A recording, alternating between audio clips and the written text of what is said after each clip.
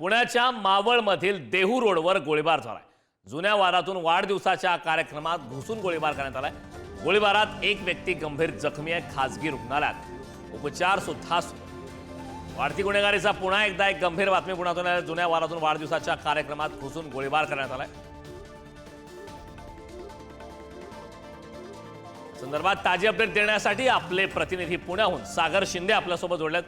सागर, पुण्याच्या मावळमधील देहू रोड या ठिकाणी हा गंभीर असा प्रकार घडला। जुन्या वादातून थेट वाढदिवसाच्या कार्यक्रमात घुसून गोळीबार झालाय। या घटनेची काय सविस्तर माहिती आणि जे तरुण गंभीर जखमी आहेत त्यांची सध्या प्रकृती कशी आहे? नक्कीच करून या ठिकाणी देहू रोड परिसरामध्ये जुन्या वादातून देहू रोड या ठिकाणी एकावर गोळीबार झालेला आहे। खरं तर ही रात्री 11-11:30च्या दरम्यानची ही गोष्ट आहे, त्यावेळेस घडलेला प्रकार आहे।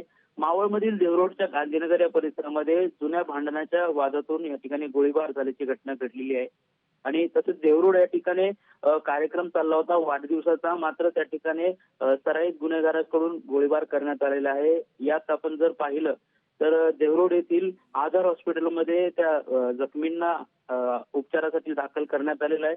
मात्र उपचाराच्या दरम्यान त्या ठिकाणी विक्रम रेड्डी असे या तरुणाचा त्या ठिकाणी मृत्यू झालेला आहे आणि नंदकुमार यादव याच्या चेहऱ्यावरती मोठ्या जखमा झाल्या असून आता पुढील तपास जो आहे देहू रोड पोलीस करत असताना आपल्याला कळत आहे।